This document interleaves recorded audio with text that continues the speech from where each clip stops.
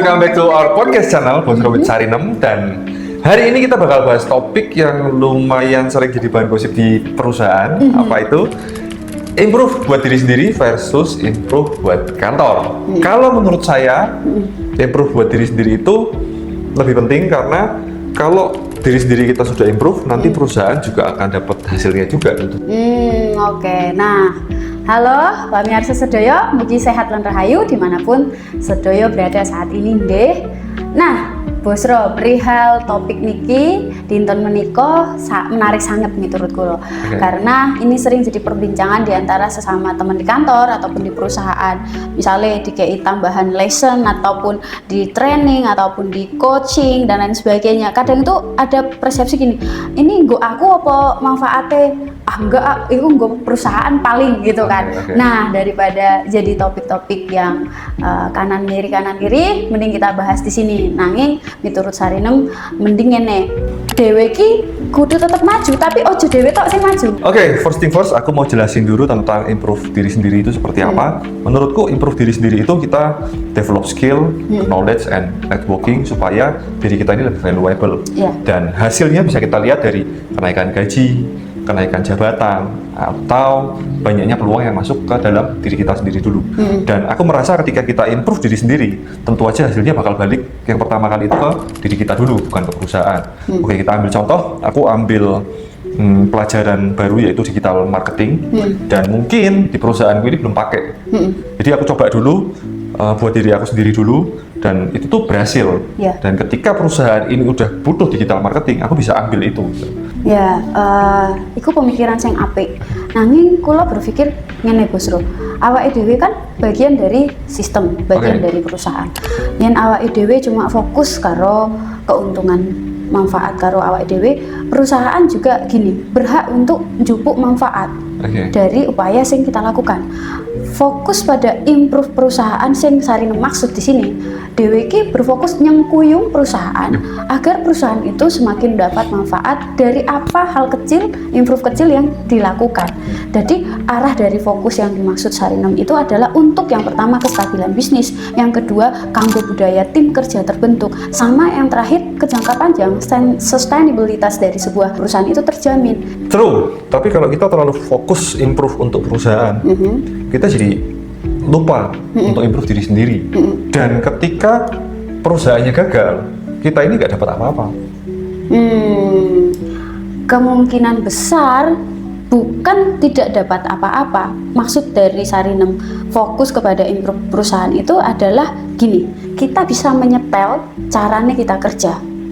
Kita setel dari awal sehingga frame-nya kita kerja itu jelas dan manfaat yang didapat juga jelas. Contoh, karena Sarinem bergelut di bidang sering-seringnya berhubungan dengan SDM ataupun HR ya. Kita bisa yang pertama ngajari junior. Terus yang kedua bisa bikin SOP atau aturan role play yang seperti apa yang cocok pada sebuah divisi ini. Yang ketiga kita juga bisa nyetel kerjaan mentoring sehingga apa yang kita lakukan ini tidak serta-merta untuk keuntungan pribadi. Tapi bagaimana caranya apa yang saya pelajari ini bisa membantu perusahaan sehingga itu bisa menjadi portofolio lewat recognition dan career path yang semakin meningkat ke depannya. Aku bakal jelasin kenapa improve buat diri sendiri itu lebih utama. Yang pertama, kamu bisa kontrol karir kamu sendiri. Kalau kamu improve skill, kamu itu bisa lebih fleksibel. Jadi kamu nggak perlu bergantung kepada perusahaan.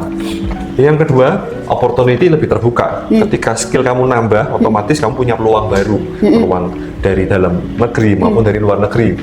Yang ketiga, kamu tuh punya motivasi intrinsik. Jadi ketika kamu melihat diri kamu berkembang, kamu jadi lebih semangat untuk bekerja dan nggak melulu kamu berkembang hanya untuk perusahaan. Ketoke iku pemikiran sing apik. Nanging nek kabeh wong dalam suatu perusahaan atau organisasi cuma mikir kayak awake dhewe tok, perusahaan suwe-suwe iso krisis. Setiap orang yang ada di dalam perusahaan itu juga perlu dibersamai. Nek nggak ada yang membersamai, ya perusahaan akan kehilangan impact dari improve yang kita lakukan. Tapi ingat Sarinem, aku itu nggak bilang tentang selfish. Jadi improve diri sendiri ini juga bisa bawa inovasi buat tim. Ya. Kayak contohnya aku belajar design thinking, aku bisa bikin project perusahaan jauh lebih efisien dan benefitnya jadi dua arah kan. Jadi kita bisa win-win solution. Nggih, saiki gilirannya kula. Menurutku lho, improve untuk perusahaan itu penting sangat. Menawa awake dhewe iki kan bagian dari sistem. Nah, kalau perusahaan melu maju karena awake juga maju, berjangka panjangnya kan sama-sama diuntungkan. Ya, itu poin yang bagus. Tapi ketika perusahaan itu gagal karena strategi yang buruk, misalnya fokus kita ke perusahaan ini jadi rugi. Aku tetap merasa bahwa lebih penting untuk fokus ke diri sendiri. Bener, tapi strategi bisa kita balance kan. Misal, improve awake dhewe plus improve perusahaan itu sama dengan yang paling efektif. Contohnya, kula ngajari junior untuk cara menyambut atau melayani klien. Kan kesuksesan bisa dinikmati oleh tim secara bersama-sama. Aku nih dapat kredit plus dapat experience. Artinya gini loh, kerja itu akan semakin ringan jika ada proses belajar di dalamnya. Oke, kita udah bahas dari dua sisi, antara improve diri sendiri atau improve perusahaan. Tapi dari aku tetap improve diri sendiri dulu, baru bawa ke perusahaan. Karena kita masih tetap punya kontrol dan punya peluang. Oke, lan miturut kula tetap kudu bareng-bareng improve karo perusahaan. Awake dhewe improve, perusahaan improve, jadi semuanya bisa berkesinambungan satu dengan yang lain. Yes, balance is the key, tapi masih tetap aja aku merasa improve diri sendiri ini lebih menguntungkan dan lebih nggak punya resiko. Oke, dan ke masa depan kalau kita sendiri awake dhewe iso kerjasama bareng-bareng dengan perusahaan, perusahaan akan lebih lestari, perusahaan akan lebih menguntungkan, dan ini jauh lebih sustainable ke depan untuk perusahaan dan untuk kita yang kerja di dalam perusahaan tersebut.